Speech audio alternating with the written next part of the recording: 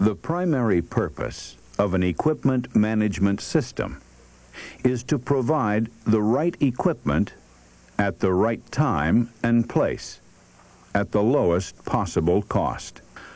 Other purposes include minimizing equipment ownership costs, reducing downtime, and increasing utilization. An equipment management system provides tangible benefits in terms of expanded cash in the operating budget, reduced ownership costs, and more efficient execution of the work program.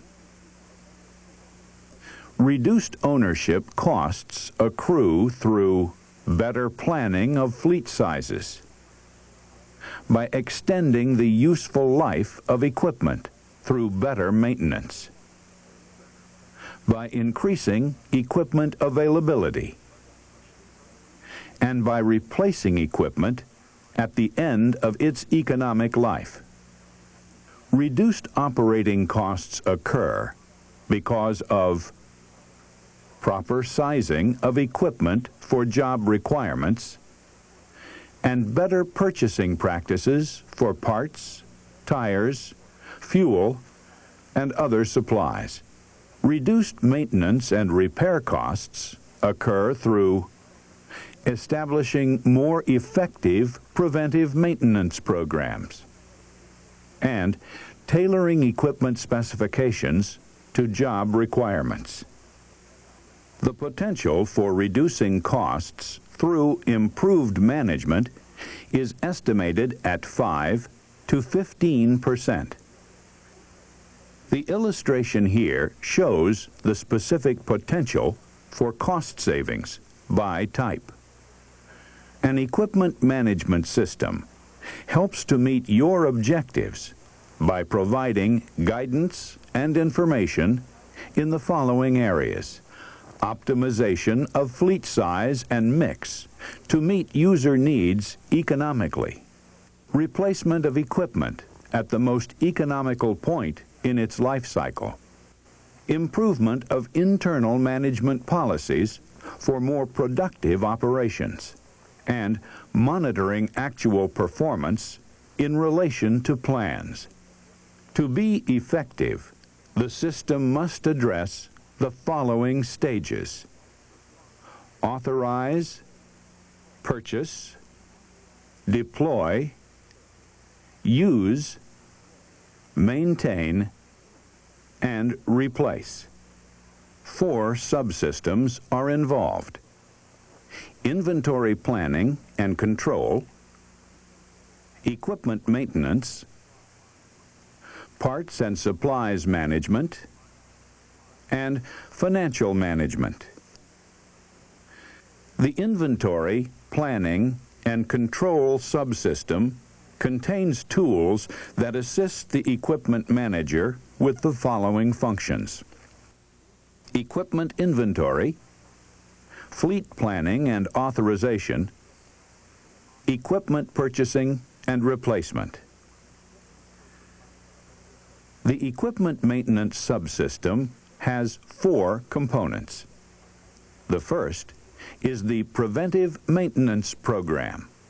It establishes preventive maintenance service levels, schedules, workloads, manpower, and equipment requirements. It also includes methods for program evaluation, quality control, and safety inspections. The second component is shop operations. It includes techniques for improving the daily management of the shops, such as work orders, job standards, job prioritization, job scheduling procedures, performance criteria, and evaluation of in-house versus commercial repair costs. The third component is personnel.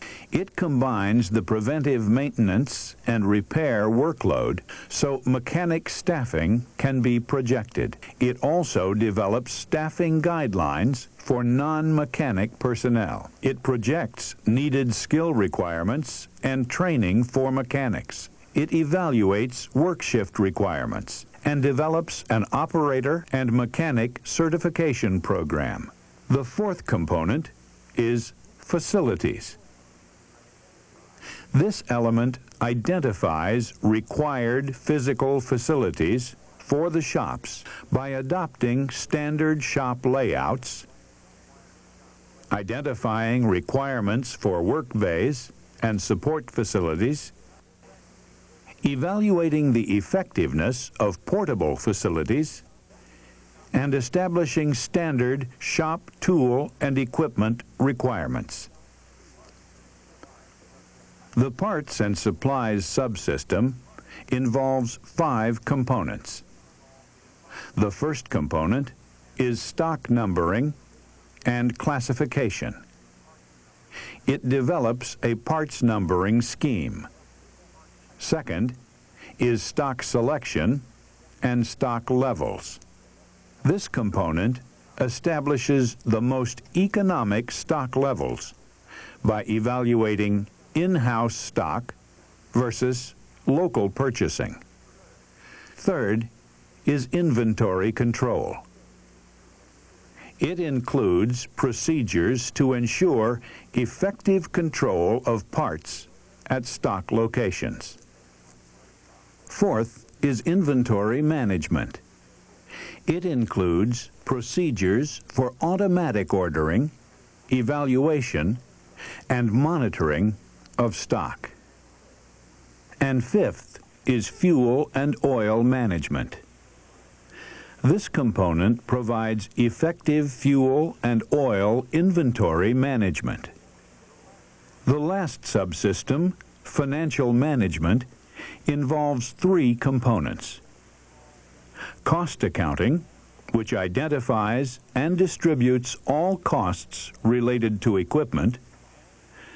Budgeting, which establishes budgets for all operating entities. And rental rates, which ensure effective control of an equipment revolving fund by defining cost elements of ownership, developing a rental rate structure to capture total cost by equipment class, and establishing billing procedures. An effective equipment management system requires the input of a wide range of personnel. Elected representatives must be fully committed to providing the necessary backing and resources for the development and implementation of the system. The fleet manager plays a key role in any organization implementing the system, but will normally be too busy with other duties to serve as project manager for the system. But the fleet manager will have a key role in overseeing the efforts of the project manager. The fleet manager will have primary responsibility for the operation and management of the system when it is completed. The maintenance manager must provide the equipment manager with accurate and timely forecasts of equipment needs. The Director of Public Works seeks approval for the project from the governing body, approves the appointment of a project manager for development of the system, and oversees the utilization of resources. The parts manager needs to initially establish usage levels of parts and supplies, as well as reorder parts and safety stock levels. After the system is operational, this person will have to carefully monitor the parts and supplies management function.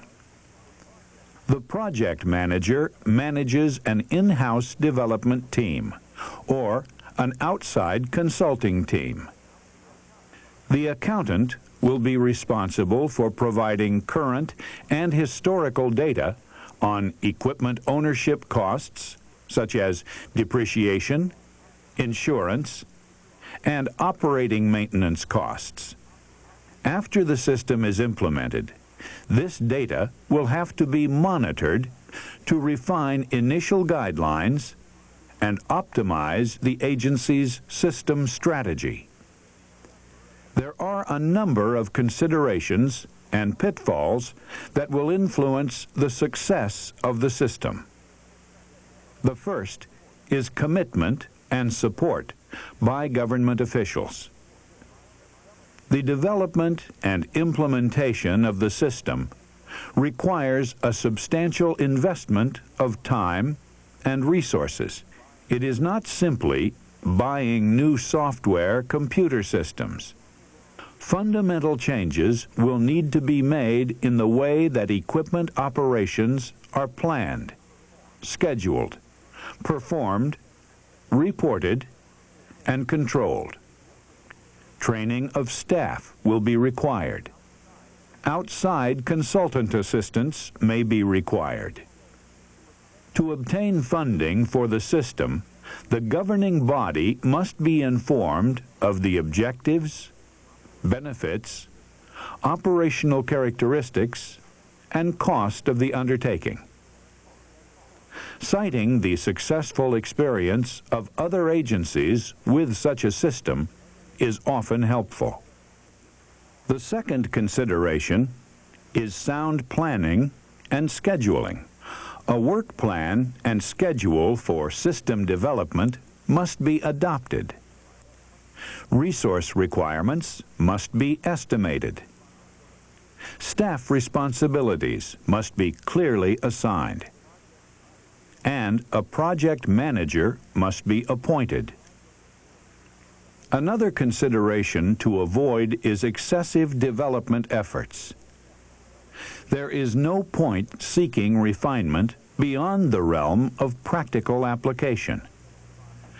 Attempts to define excessive numbers of activities to cover every conceivable item or conducting time and motion studies are generally unnecessary. Once the system is implemented, changes can be made as necessary. Also consider the human element. There is always resistance to change. The best way to overcome it is to keep employees informed of the objectives and benefits of the system and to involve them during system development. It is particularly useful to involve them in development of standards and optimal work methods. You should also consider coordination with other functions. The best planned systems may not be successful unless efforts are coordinated with other activities of the agency. This is especially true if several different units in the same agency use such equipment. Unless each of the units puts forth an effort to define the equipment needs well in advance of planned use and to coordinate work schedules, there will always be conflicts in equipment availability. You also need to consider automation for the system. Considering the price of computers today, most agencies can afford an automated system using a PC-based system. Automation will require suitable software and hardware. And training will also be required for all personnel involved. Proper data collection is necessary. This will require the selection of people who have the capability and training necessary for accurate and consistent data collection. Also, don't forget to involve the staff enlisting the support of employees at all levels in the development process makes for greater acceptance of end results. In this program, we have covered the basics of an equipment management system, including inventory control, fleet planning, purchasing and replacement, maintenance, parts and supplies management, financial management, and management information for timely decision-making. Each element of the equipment management system will be discussed in more detail in the 5 following videotapes on equipment management. For more information on this or other IRF videotapes, write to the International Road Federation or call the numbers on your screen.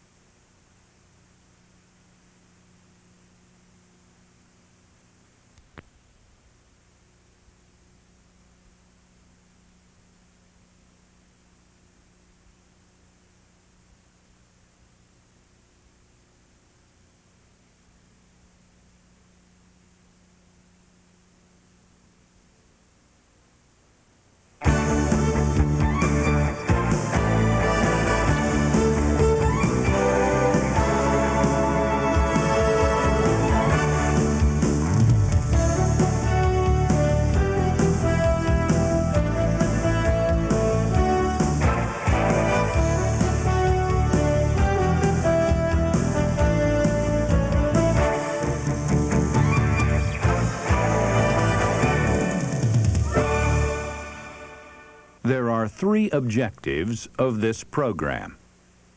The first is to explain how to identify equipment requirements and establish an economic fleet size and mix, fleet planning. The second is to explain how to monitor the utilization and performance of the fleet, inventory control. And the third is to outline procedures that assure that each unit is replaced at its economic life point, economic replacement. This videotape covers the details you will need to provide your organization with the right equipment units at the right time at the lowest cost, and monitor the performance and cost of those units so as to schedule their replacement at the right time. There are 7 basic steps in the fleet planning process. 1. Establish assignment and utilization policies and procedures. 2. Define individual user needs. 3. Develop total equipment requirements. 4. Define and analyze alternatives. 5. Develop a comprehensive fleet plan. 6. Incorporate the fleet plan within the overall fleet budget. And 7. Obtain approval of the fleet plan and budget. First, you should develop assignment utilization procedures. They must be established prior to developing any formal fleet planning process. There are a number of procedures which can be used, such as 24-hour assignment to individuals. Generally, these assignments are made to top administrators, law enforcement personnel, or managers subject to 24-hour call, such as maintenance foremen.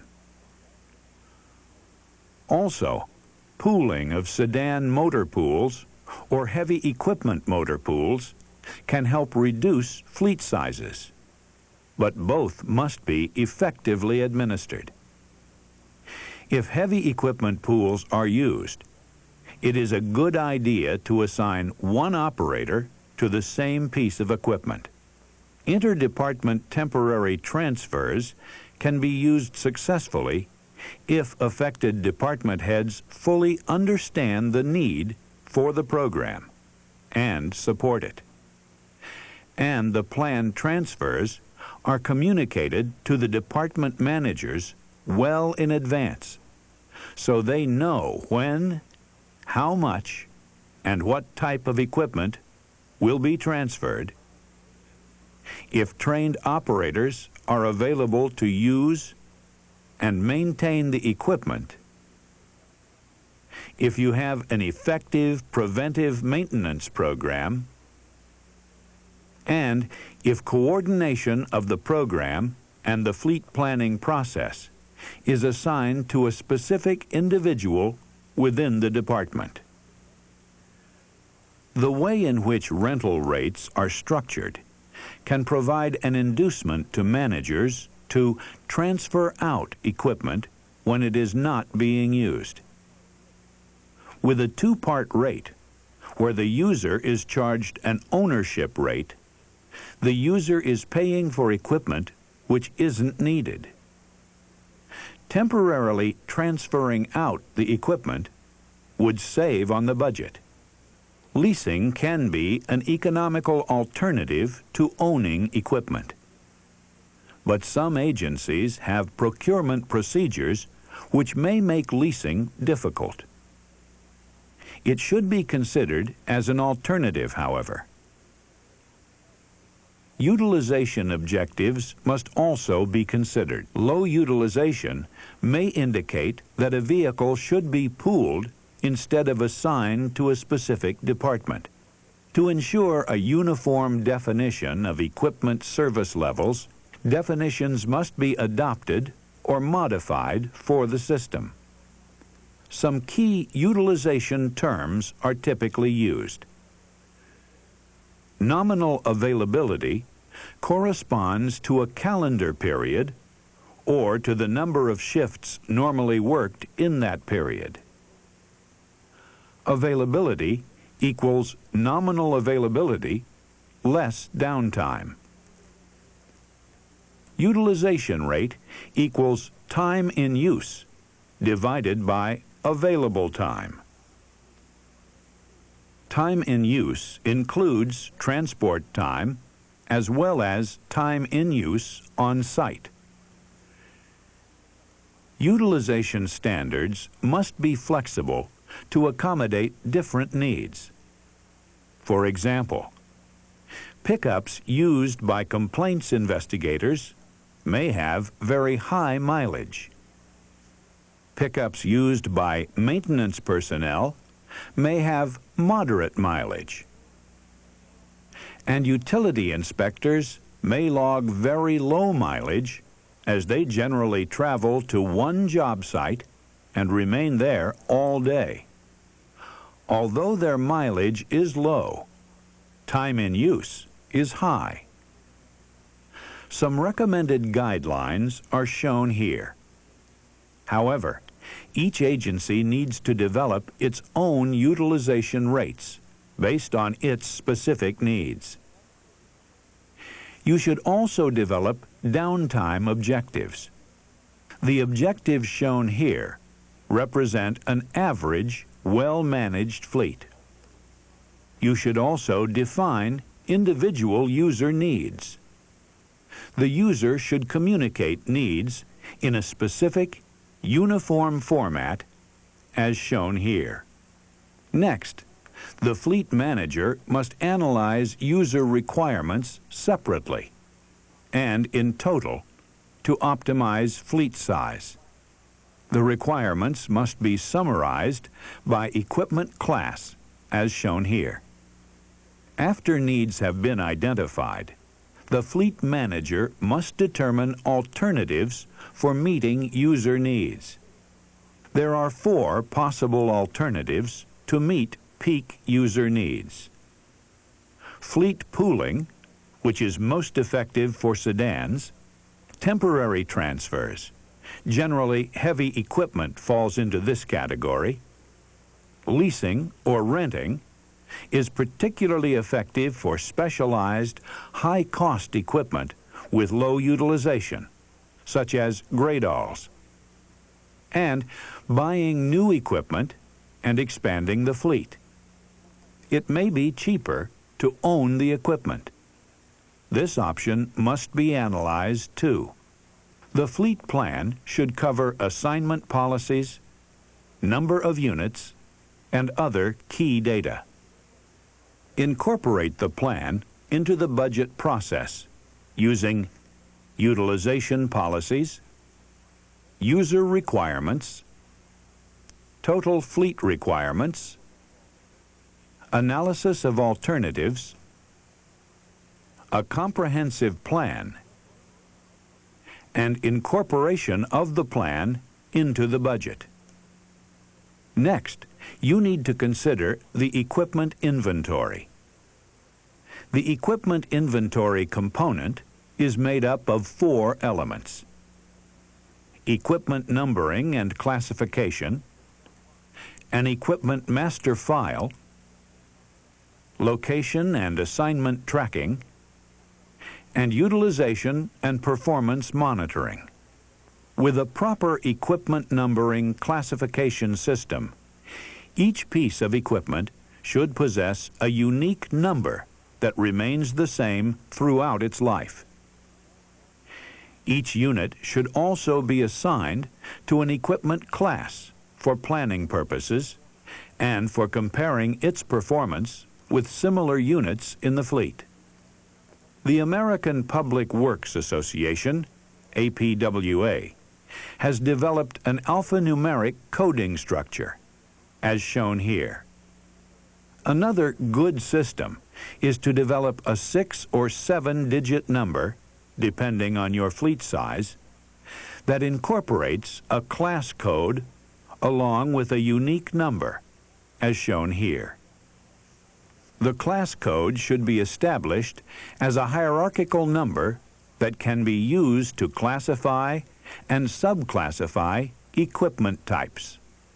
Consider the example shown here.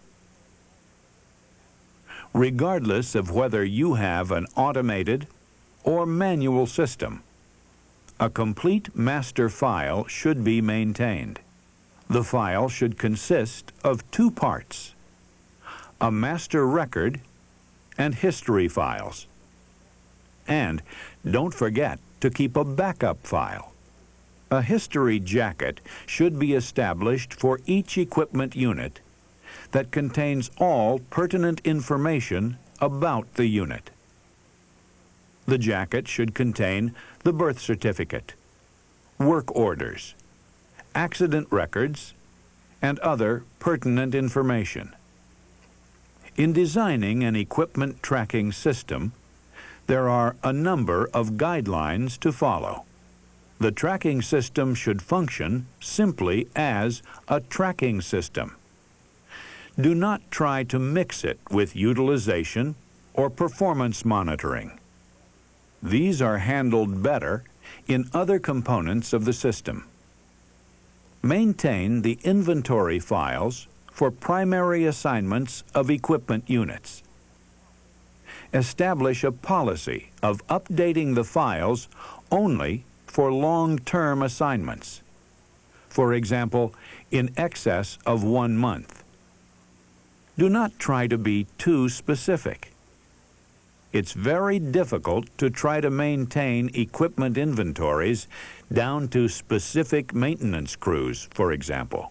Generally, inventories at the department level are sufficient. Establish an equipment location board for individual departments to use. they can track equipment location, and the board is helpful for them in maintaining visibility of their total inventory. A magnetic board is good for this. The replacement component of a system is usually the last component to be implemented, since it requires detailed cost data. It is comprised of 4 main elements: replacement targets, physical evaluations, the decision-making process, and the capital replacement plan. Each of the above system elements requires a 6-step planning process. Step 1. Identify units targeted for replacement using industry norms. Step 2. Obtain replacement requests from users, submitted in priority order. Step 3. Perform physical inspection to determine whether the unit will remain in service or be replaced. Step 4. Evaluate alternatives. Leave the unit in the fleet, replace it, or overhaul the unit. Step 5. Prioritize replacement units. In case the budget does not allow replacement of all units, the top priorities can be chosen. And Step 6. Develop a total capital replacement plan, which should become a part of the overall annual fleet plan and budget. In this course, we've covered fleet planning, inventory control, and economic replacement. In the next series of courses, we will cover other components of an equipment management system. For more information on this or other IRF videotapes, write to the International Road Federation or call the numbers on your screen.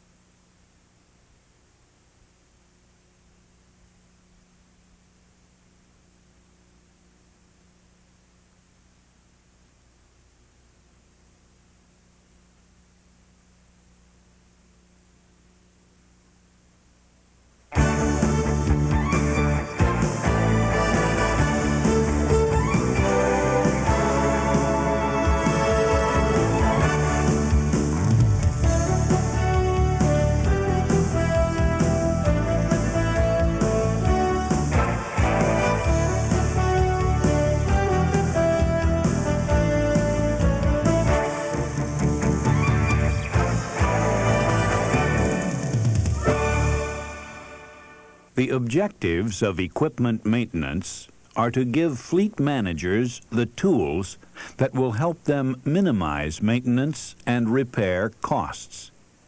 Explain how these tools can be used most effectively, and guide managers in developing the equipment maintenance subsystem of the equipment management system.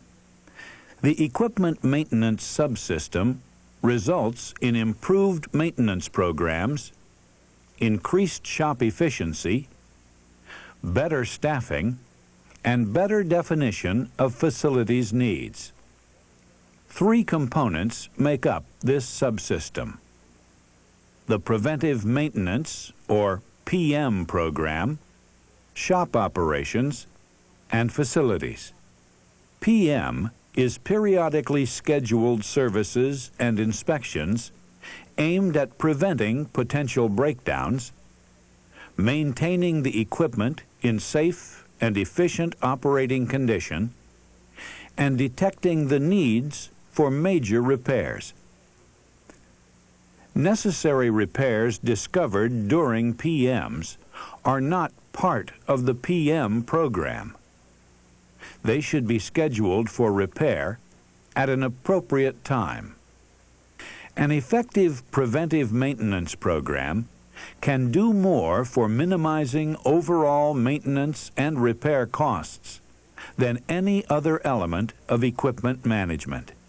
Design of a good PM program and its implementation deserves the highest management attention to assure that the best possible program is developed and carried out.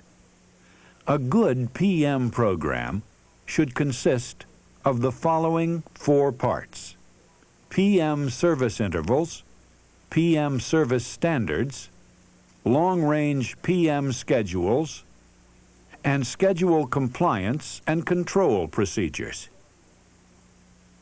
Part 1 of the PM program is PM service intervals. PM service intervals can be established on the basis of time, daily or monthly, and usage, miles or hours.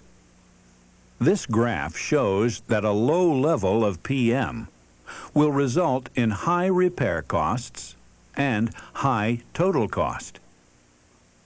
As the level of effort for PM is increased, repair and total costs decrease.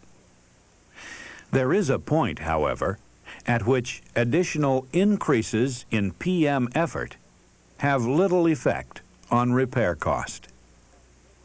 After this point, the total cost will increase because of the high cost of PM. The ideal level of PM is the point at which total cost is minimized. The best starting point for establishing PM service intervals is the manufacturer's recommendations.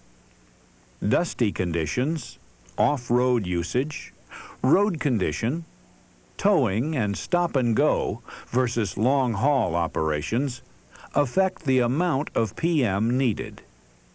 The factors that affect PM in each particular case must be identified before establishing service intervals. The service intervals must be set on a general equipment class level.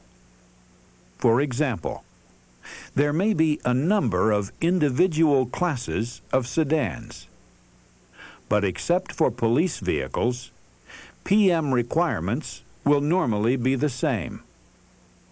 Intervals should be set for time and mile-hour usage.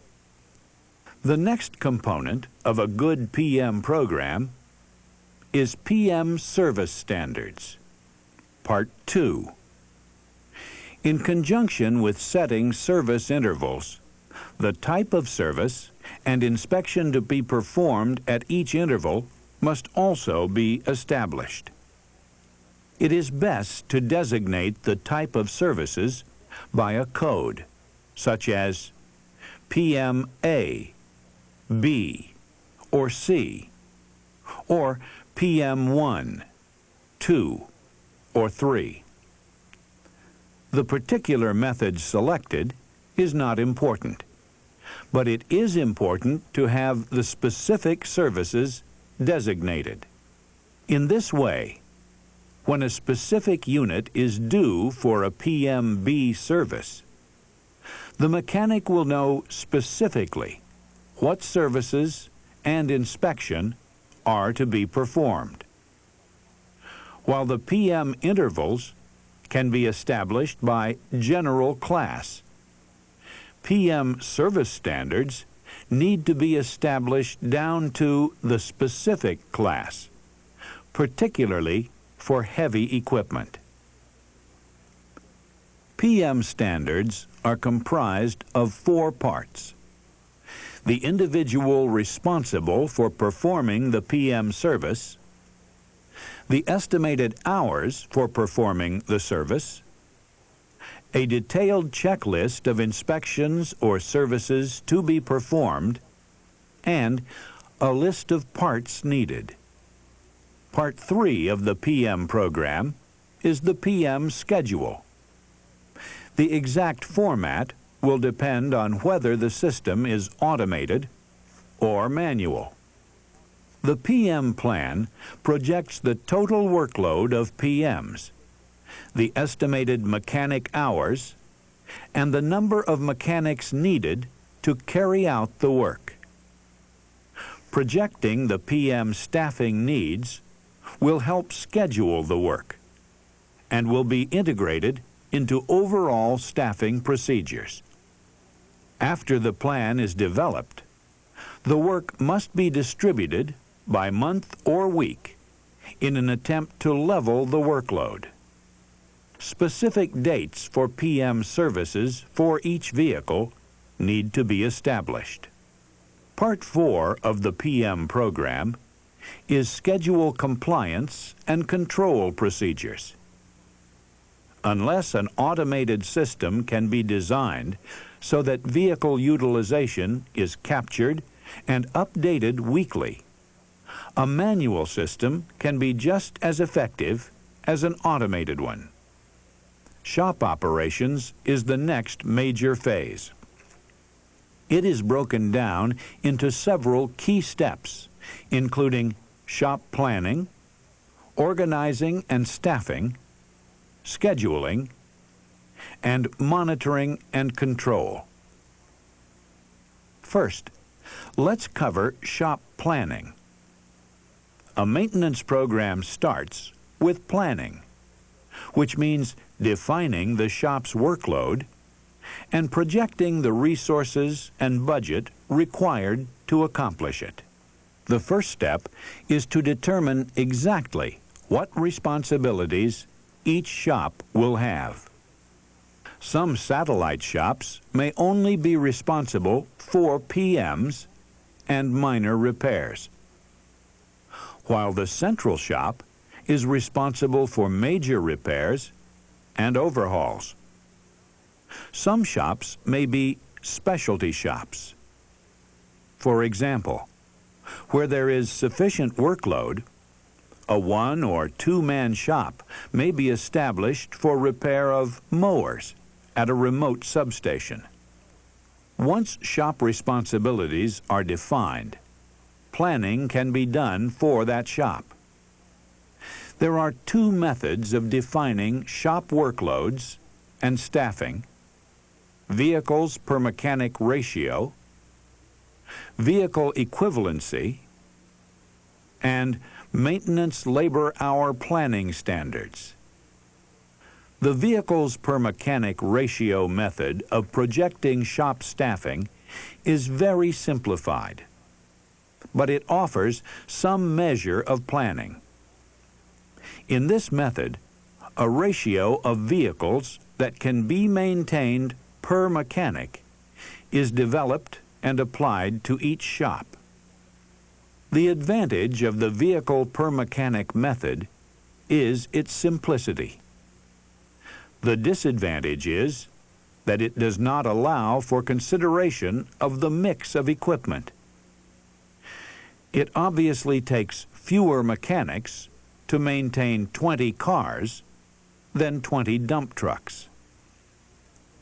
To design a planning system using the vehicles per mechanic method, a standard ratio should be developed considering fleet makeup, utilization, type of use, and climate.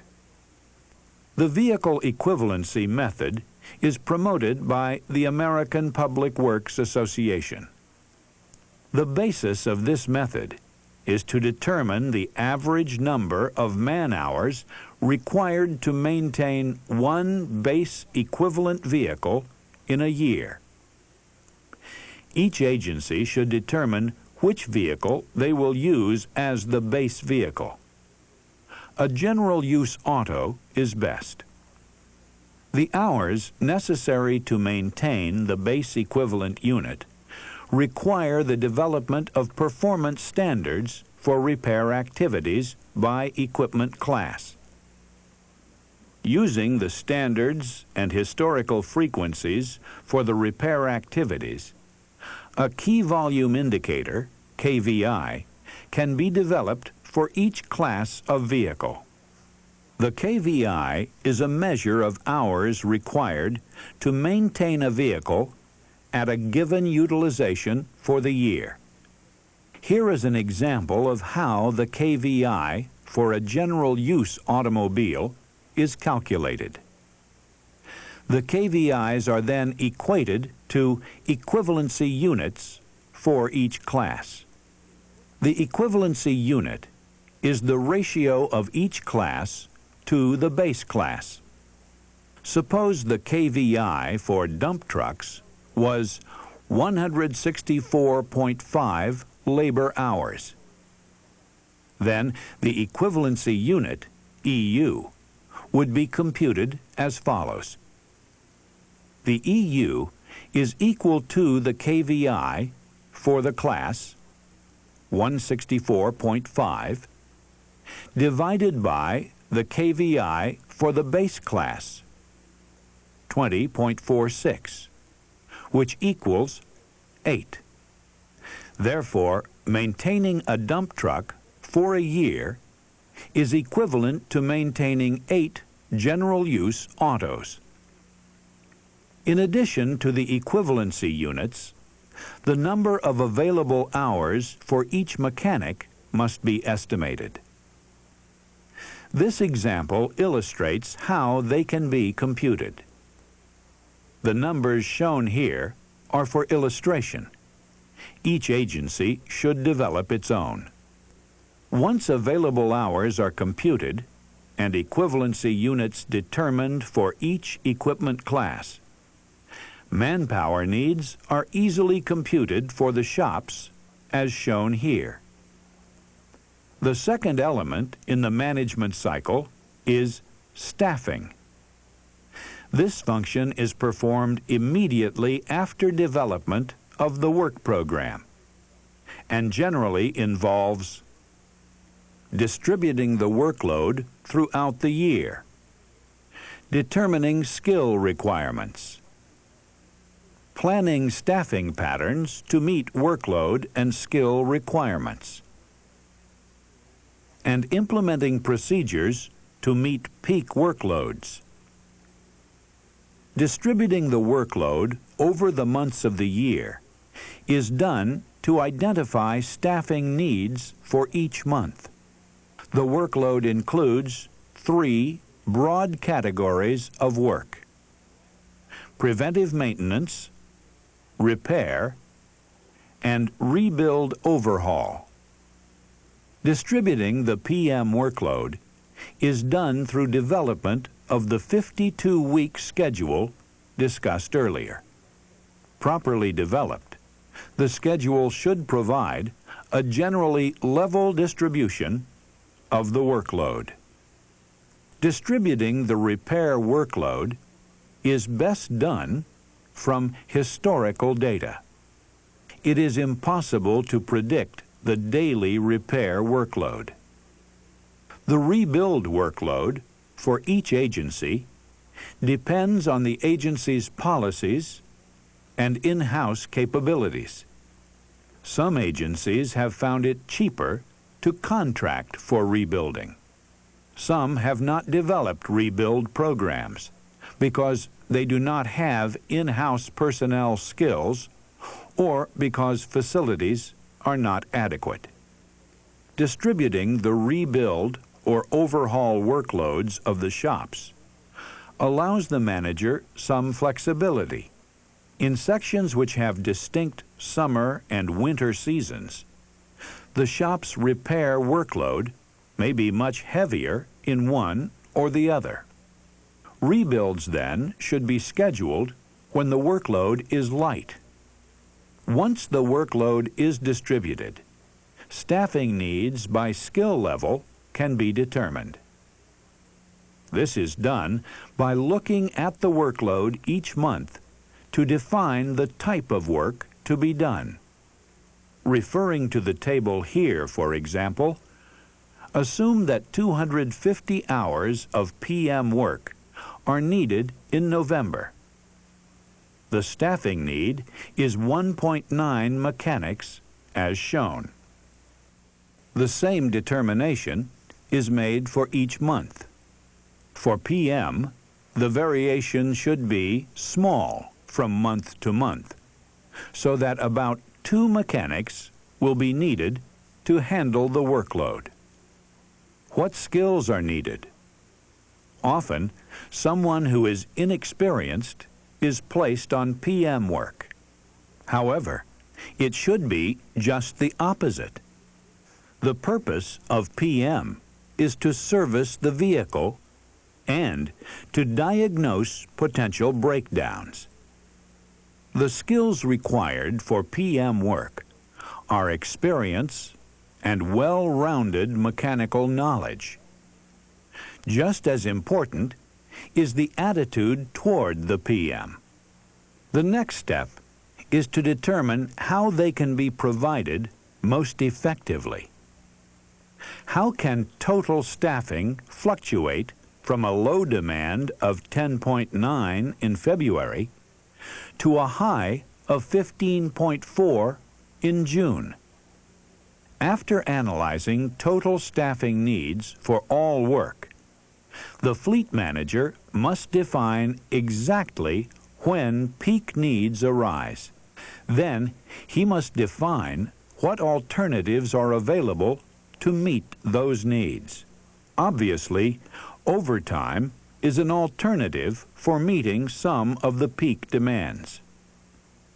Overtime should be evaluated in terms of each agency's policy on overtime, effect on worker productivity, effect on worker morale, and effect on quality of work. The third element of the management cycle is scheduling. To this point, a shop plan has been developed and an organization put together. Now, the manager must direct and schedule the work as it occurs. Scheduling is short-range planning. It is determining the immediate shop workload and scheduling available resources so downtime is minimized.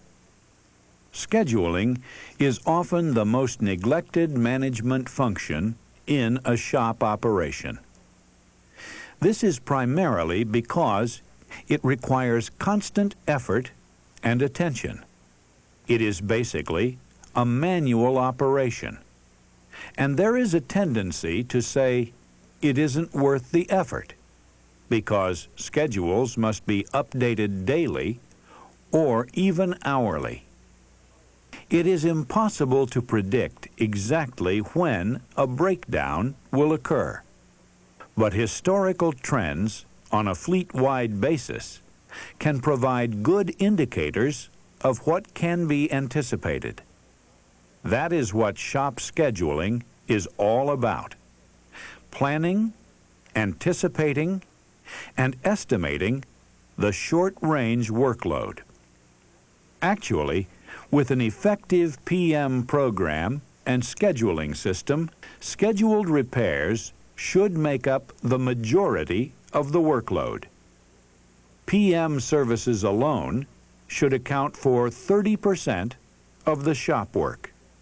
At least 50% of the repair work and 100% of the rebuild work should be scheduled. In total, scheduled work should be nearly 70% of all work performed. Establishing a priority system can help the shop superintendent focus shop resources on jobs that have the greatest need and the greatest impact on overall equipment service levels. There are a number of factors that enter into priority decisions: safety, effect of downtime on user operations, and capability of equipment to perform. Shop schedules should be developed weekly. It is best to develop the schedule on Thursdays, so arrangements for parts and coordination with users can take place on Friday. The fourth element of the management cycle is monitoring and control. The element involves reporting, monitoring shop performance, and controlling costs by improving efficiency and quality. The primary reporting document for shop operations is the shop work order. As pointed out earlier, the work order should be a multi-purpose form, one of which is to capture information on equipment downtime and repair labor hours and cost. Good management dictates that operations be monitored, and an equipment shop is no exception. As information needs are defined, a determination has to be made on how shop performance is to be monitored. A list of key performance indicators should be developed. Look at job repeats, rejections, and repair trends by type of work. This is quality control. Under the area of productivity, look at repair costs and percentage of hours charged to specific types of repairs. To evaluate the PM program, look at the ratio of PM hours to repair hours, the percent of PMs done on schedule, and the number of road calls. And for overall effectiveness, look at the ratio of scheduled to unscheduled repairs, equipment downtime trends, and equipment cost per mile or per hour. Work control is not totally an after-the-fact management action. It starts long before the work actually begins. Effective control is exercised through planning, staffing, and scheduling. Many of the management techniques that have been discussed here will help effect good work control. In this program, we have discussed the equipment maintenance subsystem. Using it effectively results in improved maintenance programs, increased shop efficiency, better staffing, and better definition of facilities needs. For more information on this or other IRF videotapes, write to the International Road Federation or call the numbers on your screen.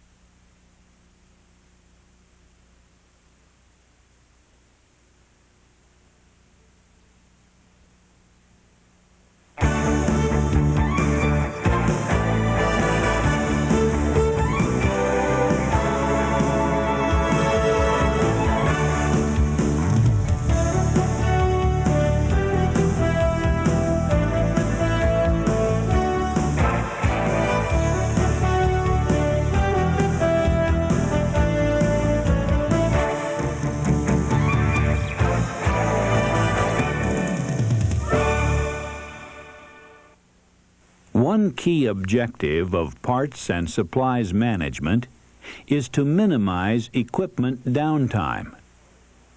If spare parts and supplies are not readily available, costly delays can result.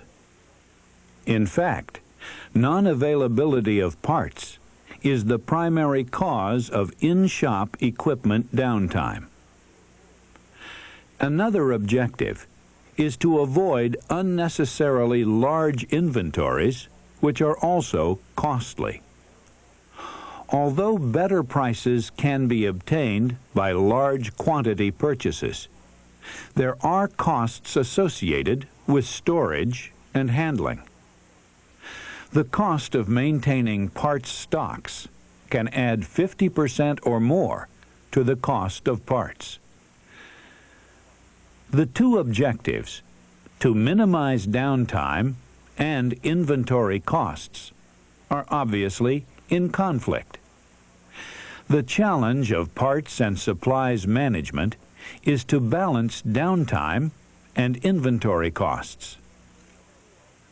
There are four major elements of the parts and supply management system: stock numbering and classification, stock selection and stock levels, inventory management, and fuel management.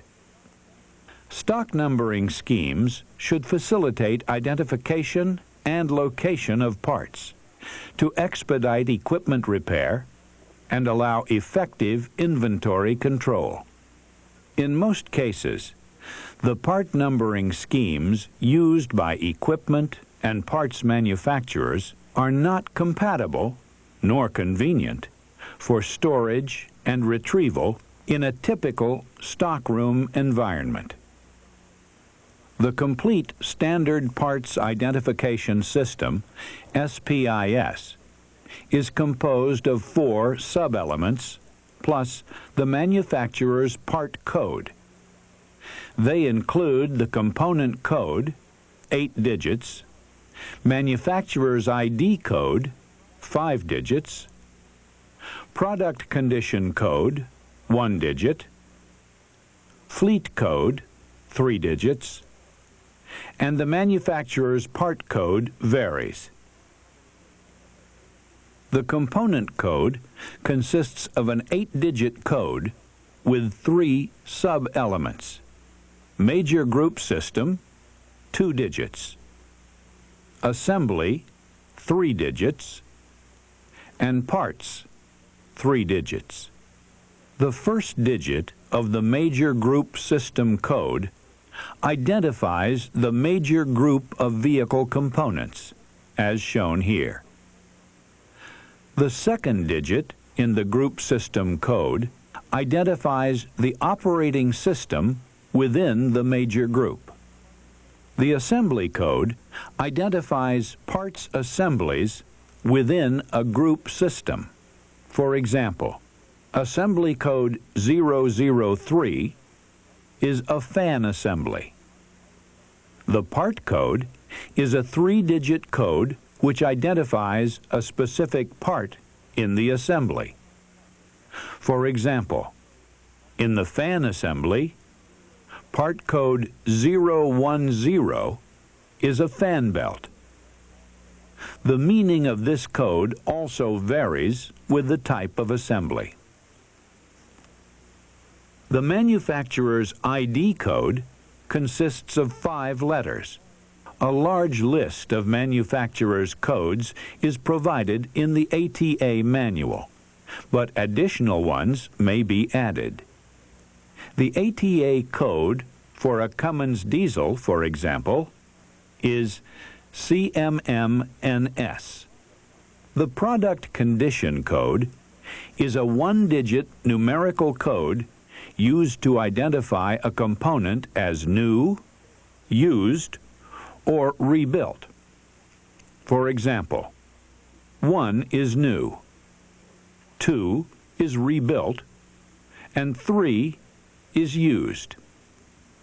The fleet code is a 3-digit numerical code for those agencies that maintain several fleets or have portions of their fleets assigned to different geographic locations, or wish to identify several classes of equipment. The manufacturer's part code can be used to identify the manufacturer's part number or a user-assigned number. Manufacturer's part numbers are variable in length, and can be both alphabetical and numerical. Here is an example of a complete code for a typical part. It includes major group, power plant, cylinder block, main bearing, manufacturer, condition, fleet, and part number. Stock classification systems are developed to aid in inventory management. Some parts are relatively easy to obtain at reasonable prices and are not stocked in large quantities. Others may be used so infrequently that the cost of stocking them cannot be justified. Some require long lead times and cannot be obtained easily. Some are critical because the downtime cost while waiting for the part to arrive would be prohibitive. A useful stock classification scheme typically includes 4 types. Regular stock, which includes parts with relatively high usage and fast turnover. Seasonal stock, that varies with the season. Critical stock, which includes parts that are critically important to the operation. And trial stock, including parts placed in inventory on a trial basis to determine proper stocking levels. What is the proper stock to select, and at what level should it be maintained? A general answer is not possible. Equipment types and usage vary widely from one agency to another, as do sources of supply and purchasing practices. Several considerations influence whether a part's inventory should be maintained in-house or not. A good starting point is to consider the no inventory situation. What would be the consequences of buying each item locally as needed? If there is a local supplier, and if the agency has a history on parts usage, the cost of having someone chase each part can be determined and added to the additional down cost incurred while waiting for the part. As the number of parts stocked increases, the storage costs increase. More shelves or another room may have to be added. As the inventory grows, how can one be sure that the part needed is still in storage?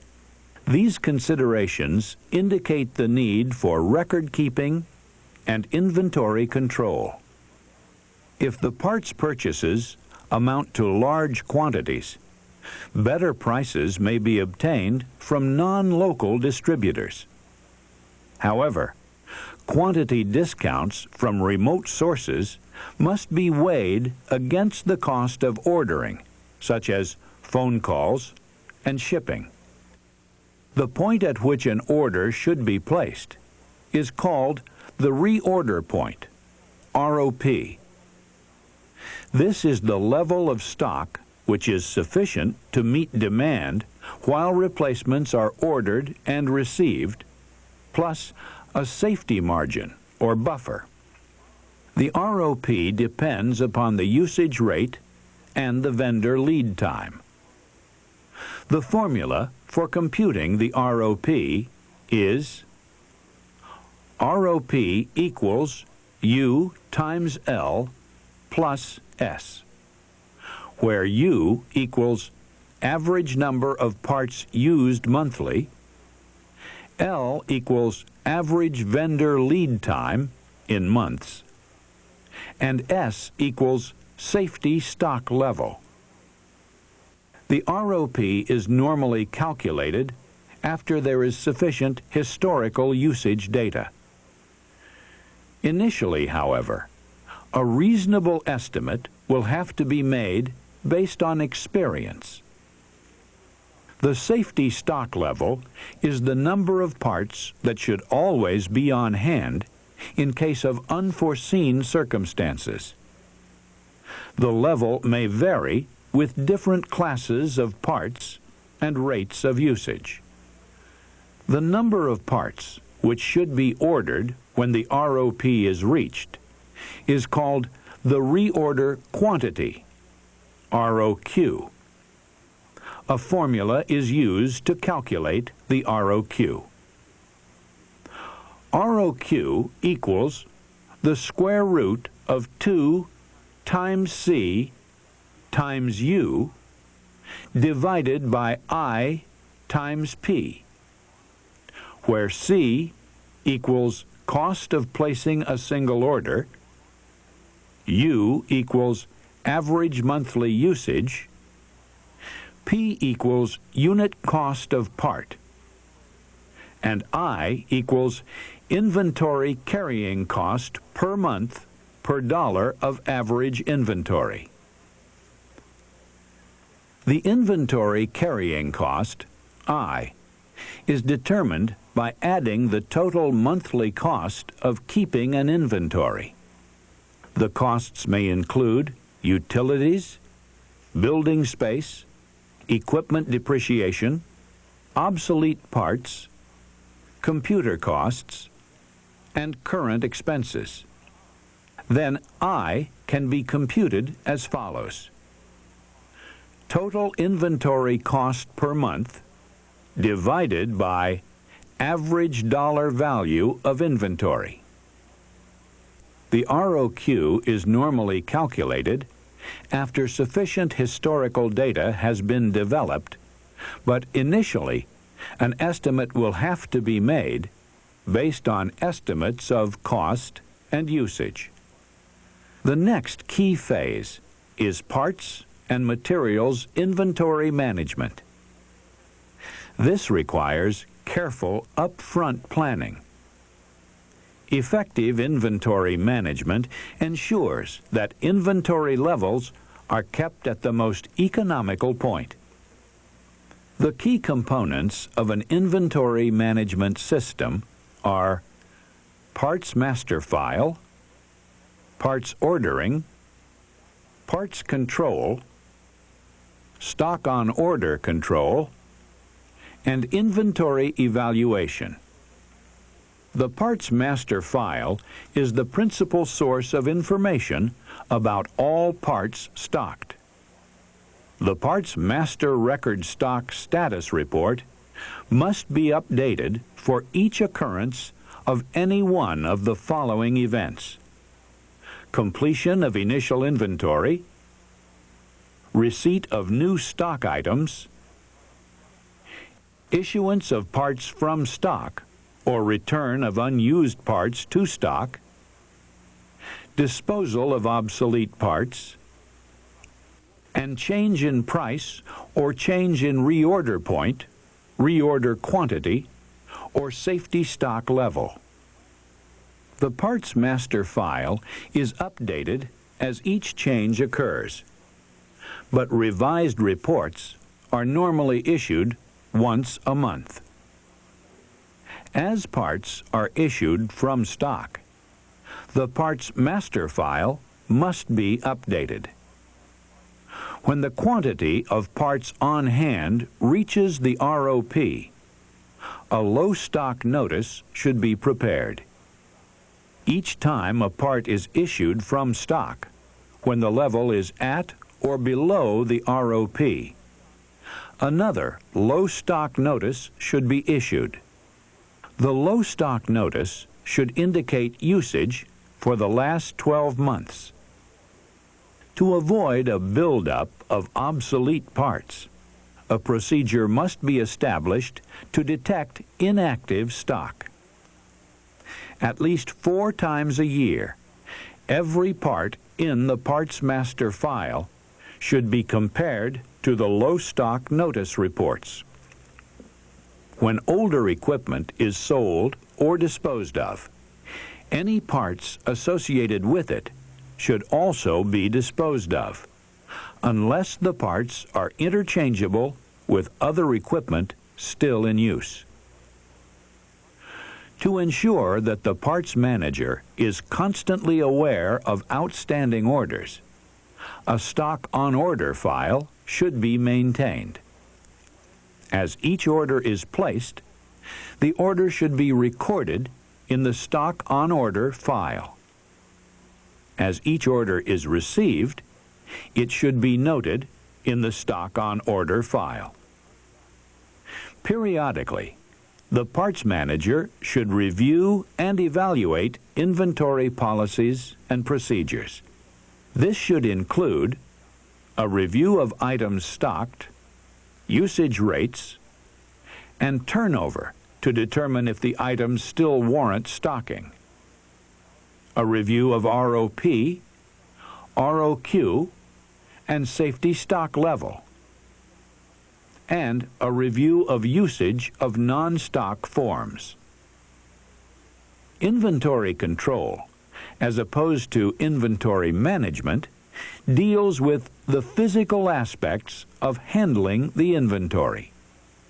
Purchasing, pricing, charge-out procedures, record-keeping, and security.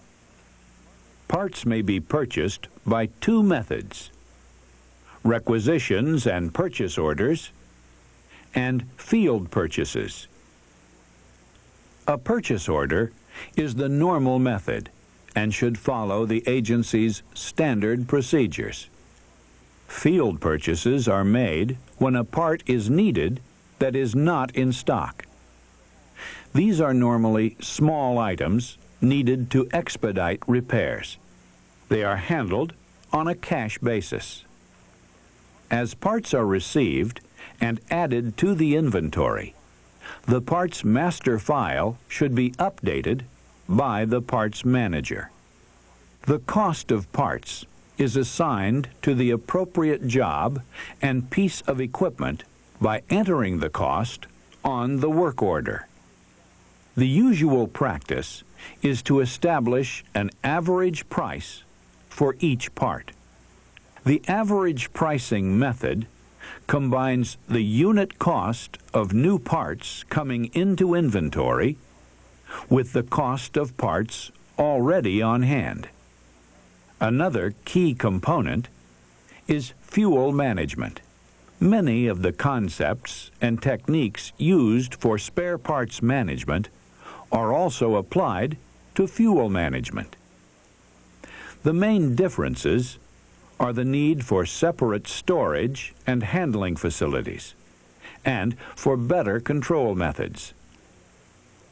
The key aspects of fuel management are size and location of distribution facilities, standardized purchasing procedures, monitoring fuel usage, security, and automated fuel systems.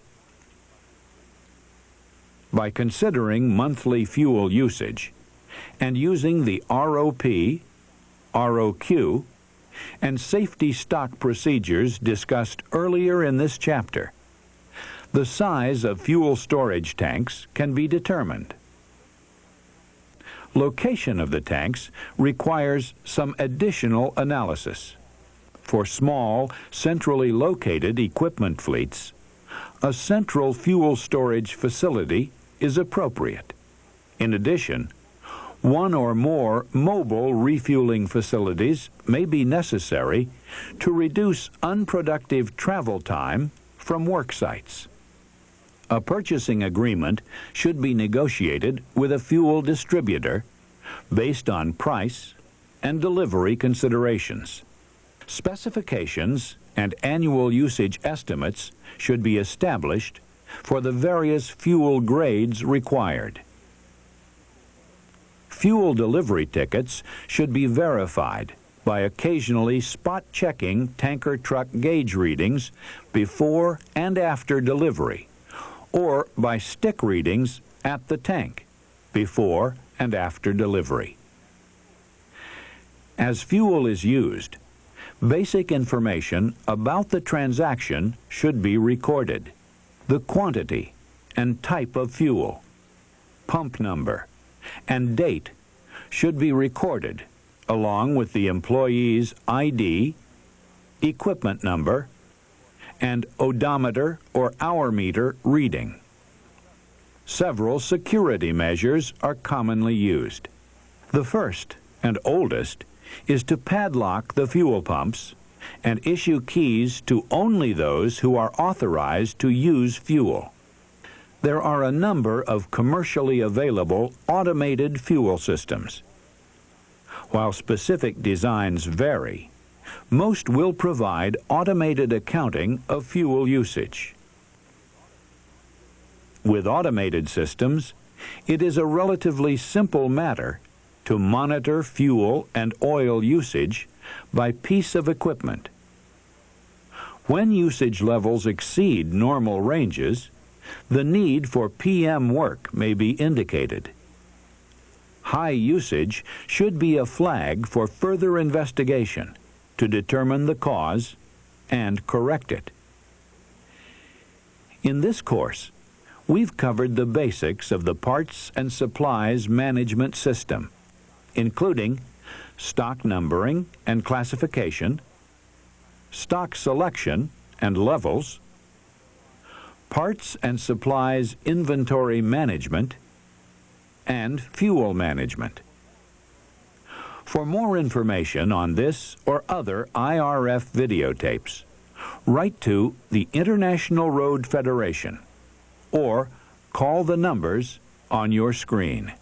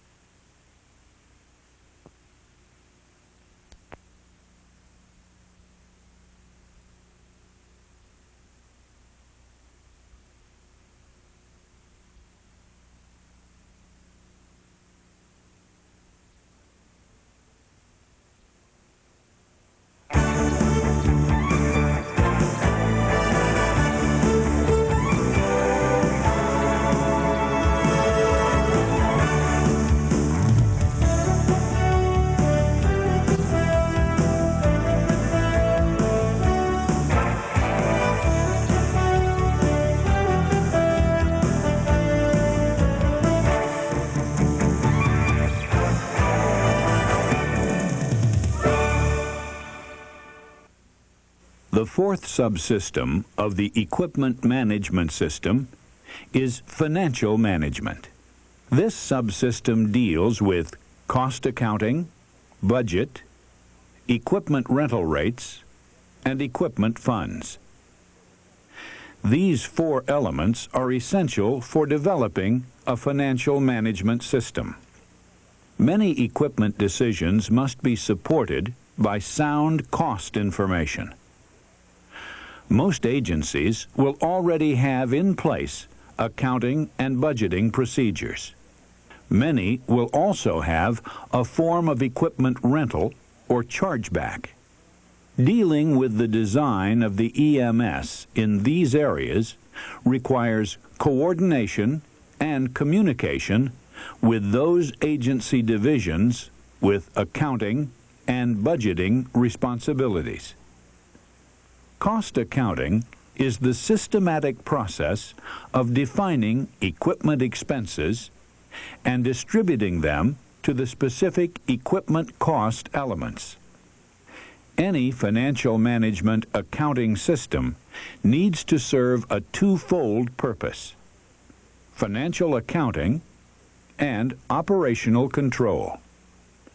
In designing the cost accounting system, the objective should be to give managers a picture of operating costs that relate specifically to their responsibilities and decisions.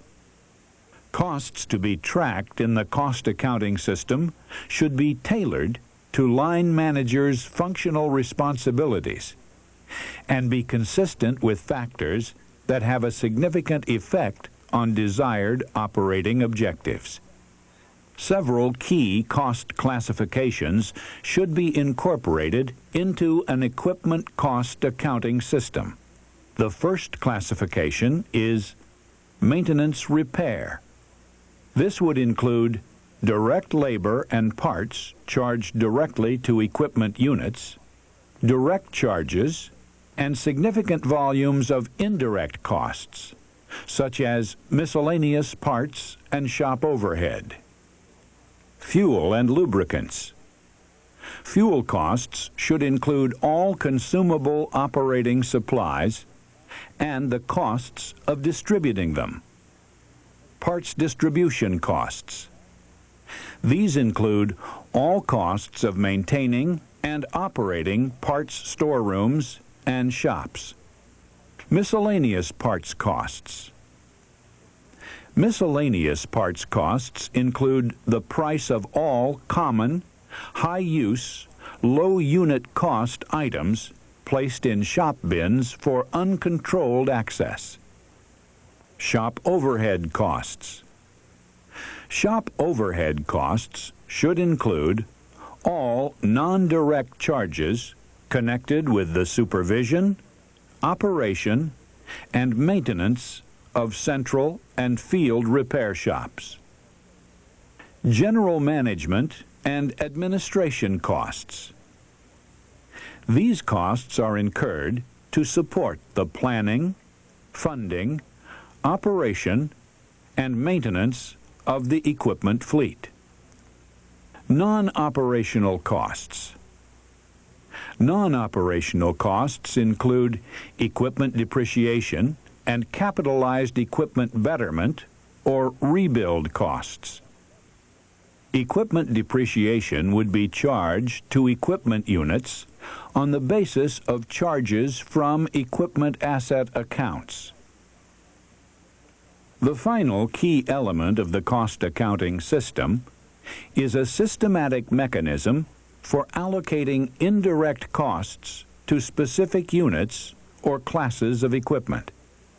In the foregoing structure of equipment-related costs, indirect costs are those that would not be charged directly to individual units of equipment. As with cost accounting, the agency will probably have some type of formalized budgeting procedures in place. The objective should be to develop budgeting procedures that support and enhance the existing system. Budgeting is much like planning. There will be considerable overlap between the budgeting system and planning.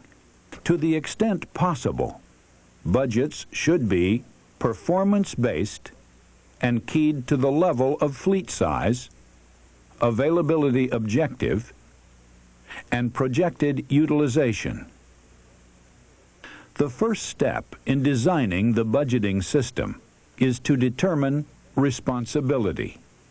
These responsibility centers generally should correspond to the major equipment management functions. The budget system should incorporate a standard development process for each program and include the following 5 steps. Step 1. Establish goals and objectives.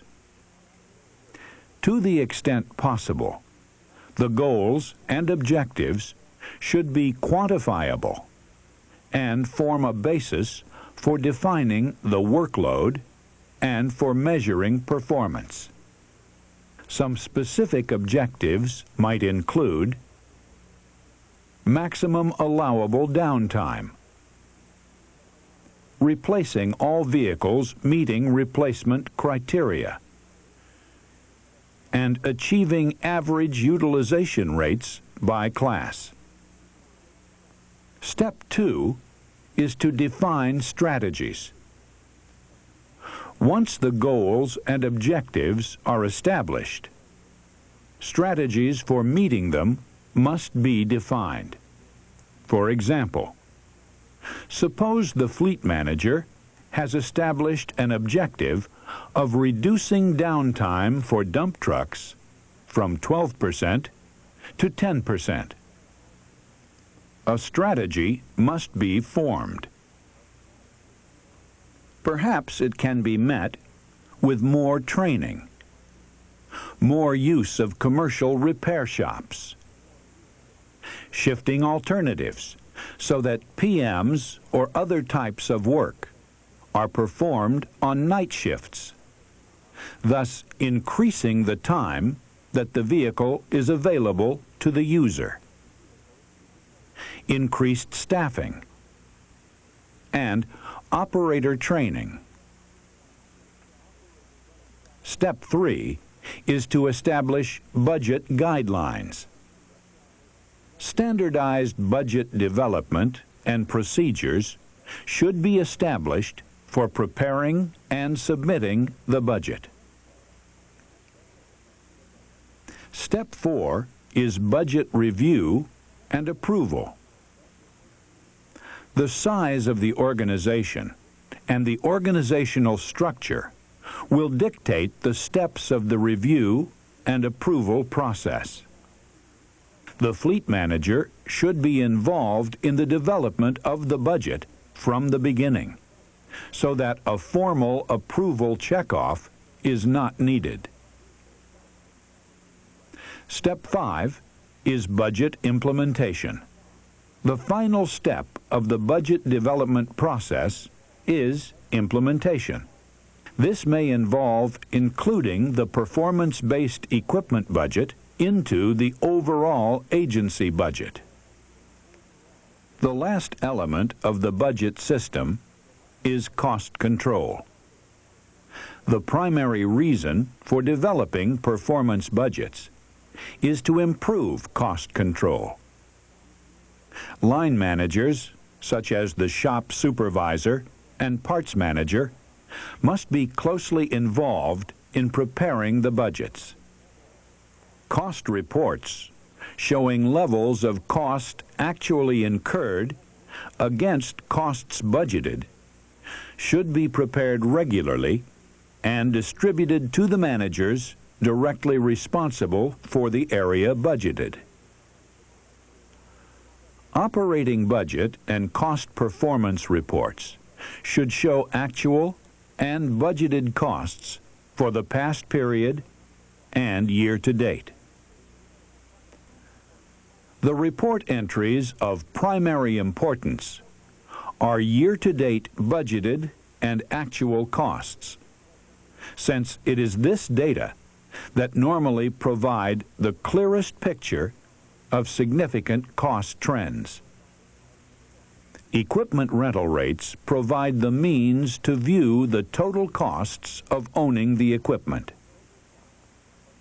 Showing costs to users in this manner also has the effect of pricing equipment availability and usage. There are a number of alternatives for developing a system of rental rates. The most effective is a two-part rate comprised of ownership rate and operating rate. A rental rate should be established for each class of equipment. Some equipment, such as air compressors and trailers, would have only an ownership rate, since there is no way of measuring usage. Another method of establishing rental rates is to have a single rate that reflects all the costs. While many agencies use this approach, it is not as accurate because usage, and therefore usage-related costs, can vary during the year.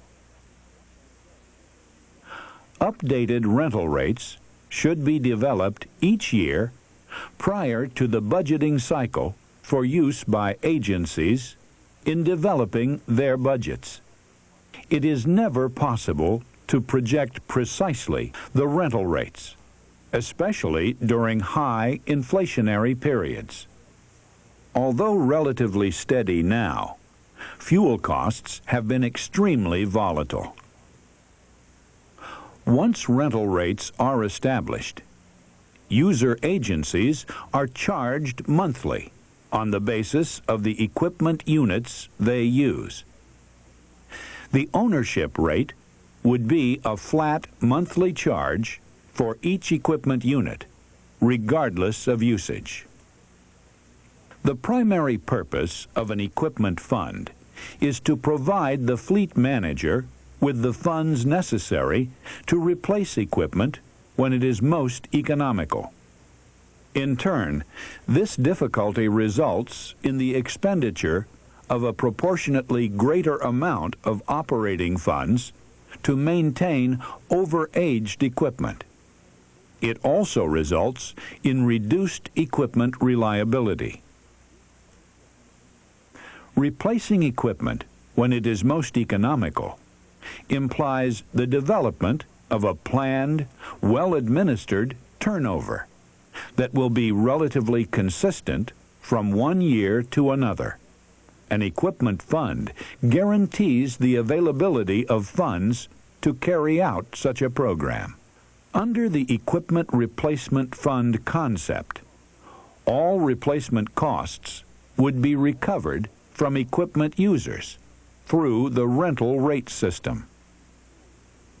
Using rental rates to recover these costs involves transferring funds from user budgets to an equipment fund reserve account. Depreciation would thus be treated as a cash expenditure for the user, and the cash flow resulting from depreciation charges would be set aside for the eventual purchase of replacement equipment. Funds credited to the equipment fund should not be required to be spent in their entirety by the end of the budget period. This would defeat much of the fund's purpose in giving the fleet manager the flexibility to time purchases with manufacturing cycles. If an equipment fund is properly managed, it should, on average, have a continual balance equal at least to the straight-line annual depreciation value of the entire complement. Monies set aside in the fund would be drawn on to fund the purchase of new equipment as equipment reaches an optimum replacement age and as procurements are scheduled to meet these needs. The use of an equipment fund should result in equipment that is turned over at a planned, controlled rate on the basis of ownership and maintenance economies. In turn, equipment should be reduced in age and increased in reliability in many places, and the total expenditure of operating and capital funds should be controlled more effectively. In this course, we have covered the basics of the financial management subsystem. We dealt with cost accounting, budgeting, equipment rental rates, and equipment funds. Cost accounting is the systematic process of defining equipment expenses and distributing them to specific equipment cost elements. The key cost classifications in a good cost accounting system include maintenance repair, fuels and lubricants, parts distribution costs, miscellaneous parts costs, shop overhead costs, general management and administration costs, and non-operational costs. Budgeting is much like planning. To the extent possible, budgets should be performance-based and kept to the level of fleet size, availability objective, and projected utilization. Equipment rental rates provide the means to view total costs of owning equipment. Showing costs to users in this manner also has the effect of pricing equipment availability and usage. Equipment funds provide fleet managers with the funds necessary to replace equipment when it is most economical. Replacement costs are recovered from equipment users through the rental rate system. For more information on this or other IRF videotapes, write to the International Road Federation or call the numbers on your screen.